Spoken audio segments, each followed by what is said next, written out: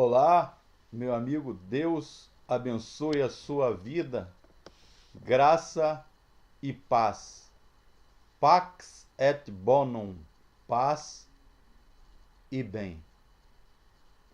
Continuando a parábola de Jesus, da semente, do semeador, gostaria de falar sobre a parábola do grão da mostarda, ou a parábola do grão de mostarda e fermento. Mateus capítulo 13, versos 31 e 32, que diz assim: Jesus apresentou-lhes outra parábola, dizendo: O reino do céu é comparável a um grão de mostarda que um homem pegou e semeou em seu campo. Mesmo sendo a menor das sementes, quando cresce é o maior dos arbustos e torna-se uma árvore, de modo que as aves do céu vêm e se aninham nos seus ramos. Que Deus abençoe a leitura da sua palavra aos nossos corações. A Bíblia continua falando sobre o Evangelho, a palavra do Evangelho, a palavra de Deus, a chamada Dabar Yahavé, ou Iavé, ou Jeová, palavra do Senhor como semente. E a Bíblia diz, segundo estudiosos, que a semente da mostarda, o grão da mostarda, é uma das menores sementes.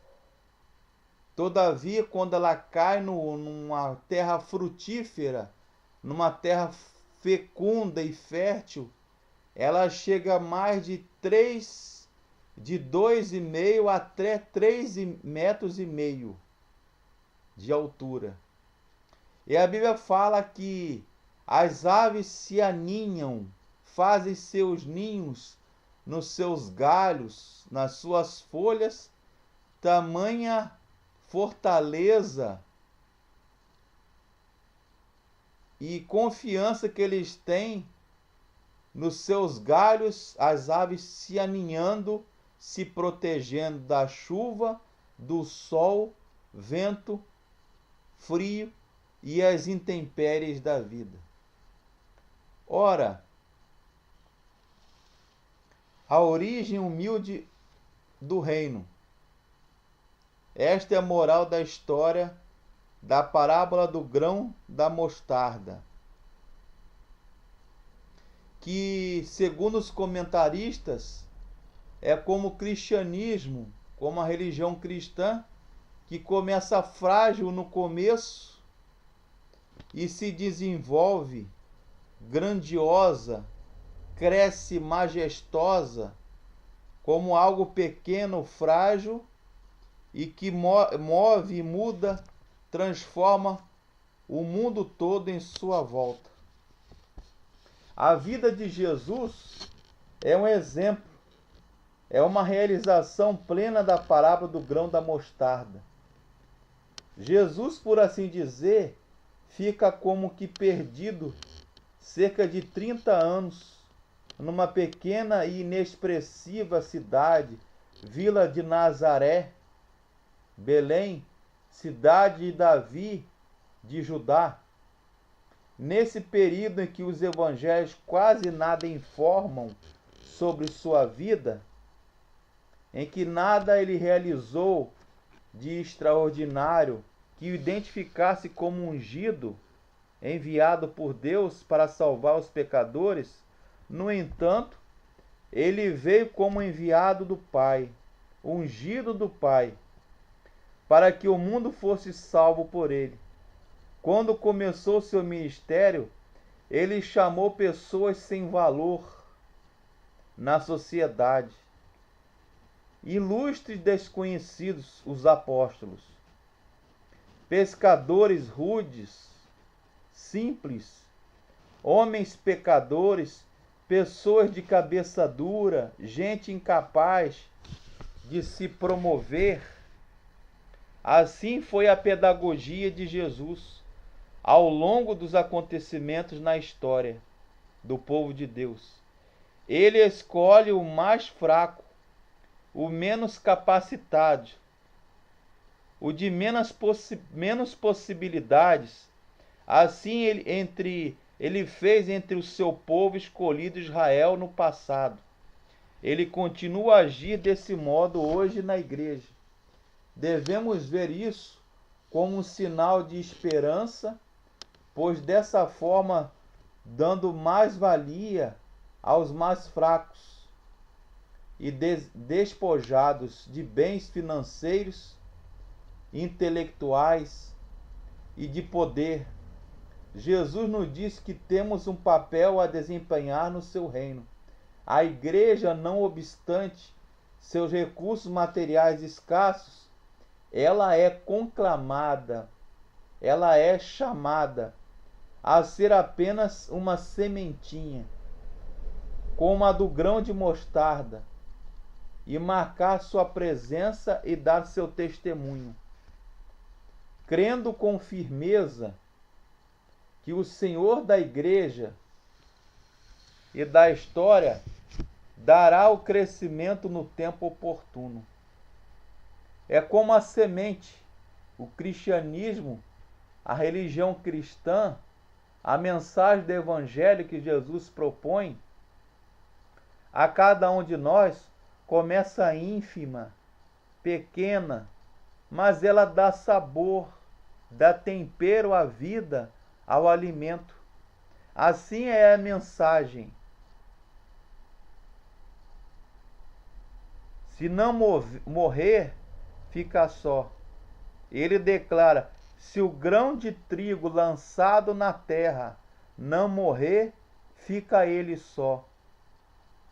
O texto declara aparente paradoxo e contrassenso de que a vida real brota a partir da morte. Assim nos ensina a natureza, assim nos ensina Jesus com sua pedagogia divina, sua vida e seu sacrifício em nosso favor.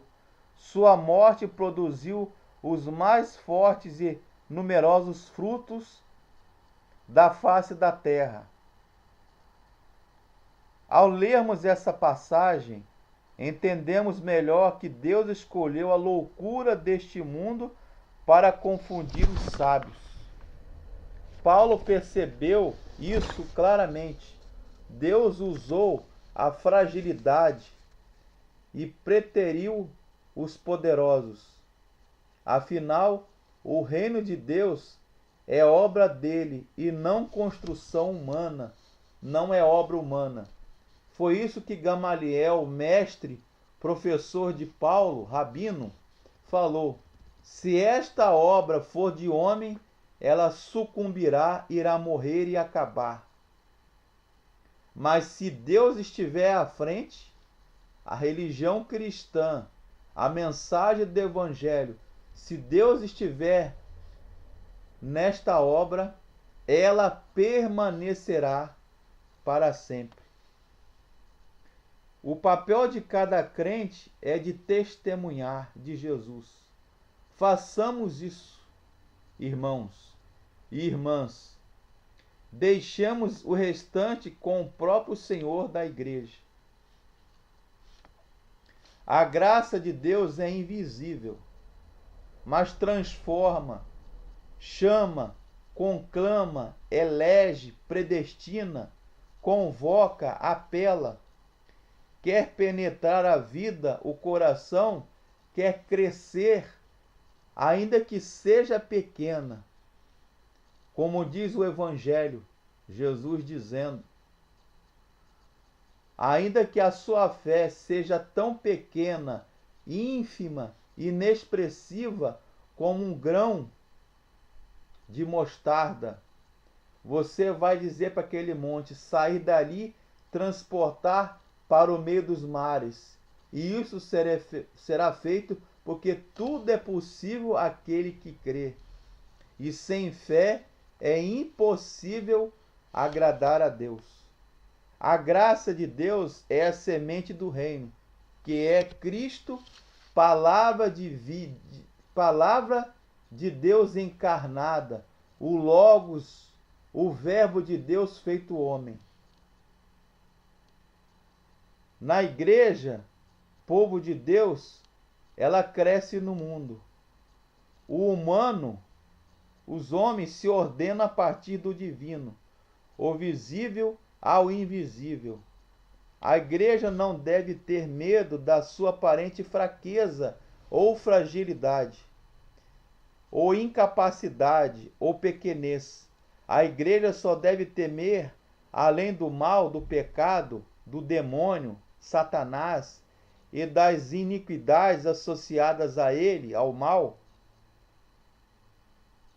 os eficazes, os cristãos eficazes e autossuficientes. A igreja continua a crescer como peregrina na terra, sobretudo renovando-se a cada um de nós, seus membros. Por outro lado, não sou eu um pouco pessimista, desalentado diante das transformações já ocorridas e que ainda irão ocorrer no seio da igreja? Ou não será que eu mesmo estou parando, enquanto servo de Deus, desanimado, medroso, falta de fé? A igreja se desenvolve no mundo. Sou aberto para mudanças operacionais e estratégicas.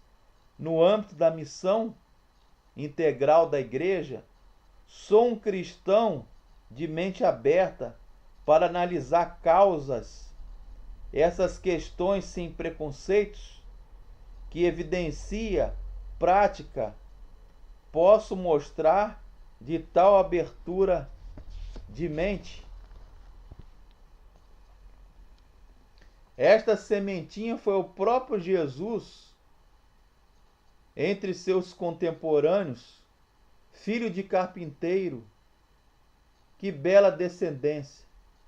Da cidade de Nazaré, inexpressiva. Em outro contexto, Natanael chegou a perguntar: pode vir alguma coisa boa de Nazaré? Na vida de Jesus tudo foi pequeno. Ele começa com Maria, em cujo ventre germina ocultamente a semente que o Espírito Santo fecundou, obra e graça de Deus. Quem era Maria? Uma mulher sem nenhuma projeção na sociedade, vivendo num lugarejo qualquer da Palestina, segundo alguns. Mas o grão que ela germinou, ou nela germinou, transformou-a na mãe do Salvador, do Senhor, na mãe de Deus, do Messias, há tanto tempo esperado e prometido pelos profetas, cuja chegada era esperada ansiosamente pelas pessoas da época. Quem poderia imaginar, suspeitar que isso tudo estava acontecendo?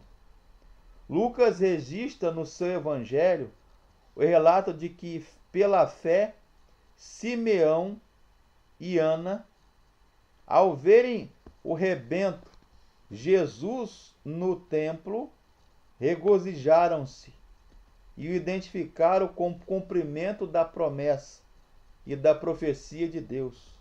Somente pela fé eles podiam ver naquela criança, naquele menino, a chegada do Messias, do ungido de Deus, esperado há muito tempo.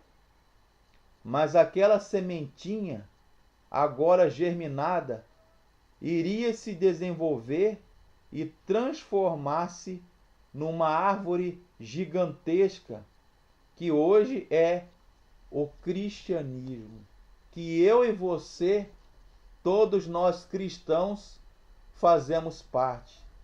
Só-lhe deu glória. Glória só a Deus. Em Atos 1,8 diz: semeeis testemunhas tanto em Jerusalém e Judéia, até os confins da terra. Este é o poder de Deus. O cristianismo começou pequeno. O cristianismo é a árvore que brota, germina e cresce, fruto do testemunho de pessoas com fé, fruto de testemunho de pessoas do poder transformador deste evangelho, que um dia começou pequeno, uma pequena semente de mostarda, e agora se tornou gigantesca.